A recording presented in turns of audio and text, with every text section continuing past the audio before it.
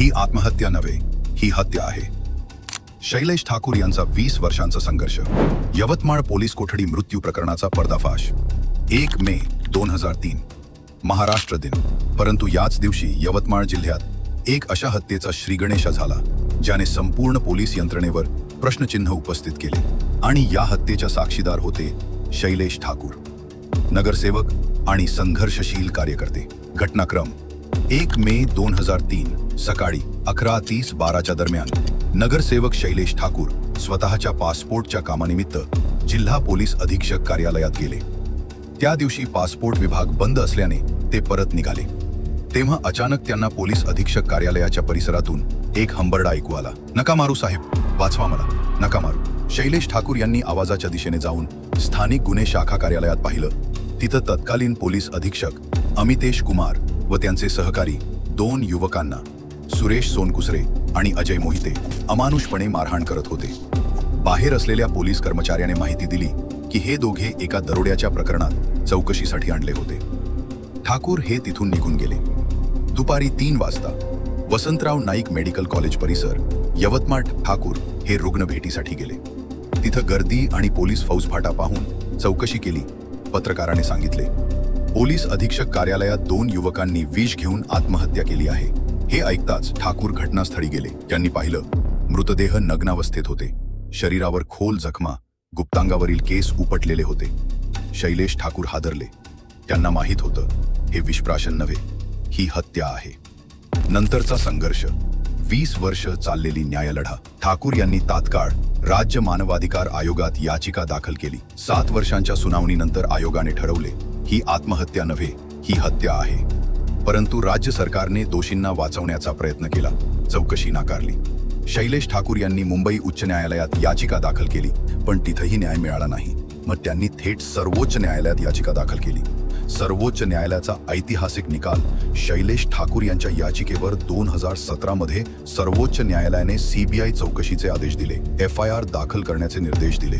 सीबीआयने 2020 मध्ये 9 पोलीस अधिकारी व कर्मचाऱ्यांविरुद्ध चार्जशीट दाखल केली, पण मुख्य आरोपी वाचला. तत्कालीन पोलीस अधीक्षक अमितेश कुमार, ज्यांनी प्रत्यक्ष मारहाण केल्याचे आरोप आहेत, त्यांच्या विरुद्ध सीबीआयने कोणतीही कारवाई केली नाही. आज हे अधिकारी पुणे शहराचे पोलीस आयुक्त म्हणून कार्यरत आहेत. धमक्या, दबाव आणि दडपशाही या संपूर्ण कालावधीत शैलेश ठाकूर यांना सतत जीवे मारण्याच्या धमक्या मिळाल्या.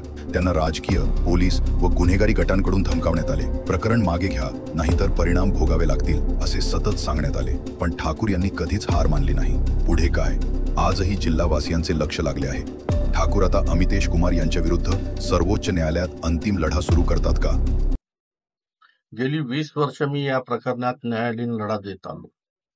लढता लढता मी देशाच्या सर्वोच्च न्यायालयात गेलो आणि या प्रकरणात न्याय मागितला. सर्वोच्च न्यायालयाने माझी याचिका मंजूर केली आणि सोबतच या प्रकरणात सीबीआय इन्क्वायरी दिली, नव्हे तर FIR नोंदवण्याचे आदेश सुद्धा दिले.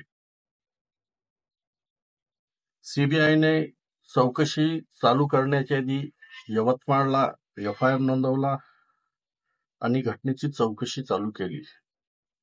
आणि एक आरोपपत्र यवतमाळ न्यायालयात त्यांनी दाखल केले. ते आरोपपत्रात केवळ या प्रकरणात 9 आरोपी, जे पोलीस अधिकारी आहेत, त्याच्यात काही पोलीस कर्मचारी आहेत, यांना आरोपी बनवण्यात आले. आणि जो मुख्य आरोपी आहे, त्याच्यावर पूर्ण आरोप माझा होता, कारण की मी स्वतः ही मारहाण घटनास्थळी बघितली होती. रुग्णालयात त्यांचे नग्नावस्थेत असलेले प्रेत मी स्वतः माझ्या उघड्या डोळ्यांनी पाहिले होते. एवढं असताना अमितेश कुमारला पद्धतशीरपणे ह्या आरोपपत्रातून बाद करण्यात आले. आणि जे कारण दिल्या गेलीत का हे अमितेश कुमार या प्रकरणात यांनी काहीच केलं नाही, हे शक्यच नाही. कारण की चौकशी दरम्यान सीबीआयला ज्या पद्धतीचे मी पुरावे अमितेश कुमारच्या विरोधात दिले होते, ते संपूर्ण चौकशीतून त्यांनी बाद केले होते. अशी बोगस चार्जशीट सीबीआयने त्यावेळेस दाखल केली होती. आज प्रकरण यवतमाळ न्यायालयात सुरू आहे. मी आता पुढे यात कायदेशीर सल्ला घेऊन कायदे तज्ज्ञांशी चर्चा करून लवकरच या प्रकरणात अमितेश कुमार यांना कसा आरोपी करता येईल, जे माझ्याकडे पुरावे उपलब्ध आहे त्या पुराव्याच्या सर्व पुरावे मी न्यायालयात पुढे सादर करणार आहे. TCN न्यूज कडून आवाहन. हे प्रकरण केवळ 2 युवकांच्या मृत्यूपुरते मर्यादित नाही. हे आहे सत्तेच्या विरुद्ध सामान्य माणसाच्या संघर्षाचे प्रतीक. मित्रांनो, या बातमीला शेअर करा, लाईक करा, कारण अन्यायाच्या विरोधात आवाज उठवणं हेच खरे पत्रकारितेचं कर्तव्य आहे.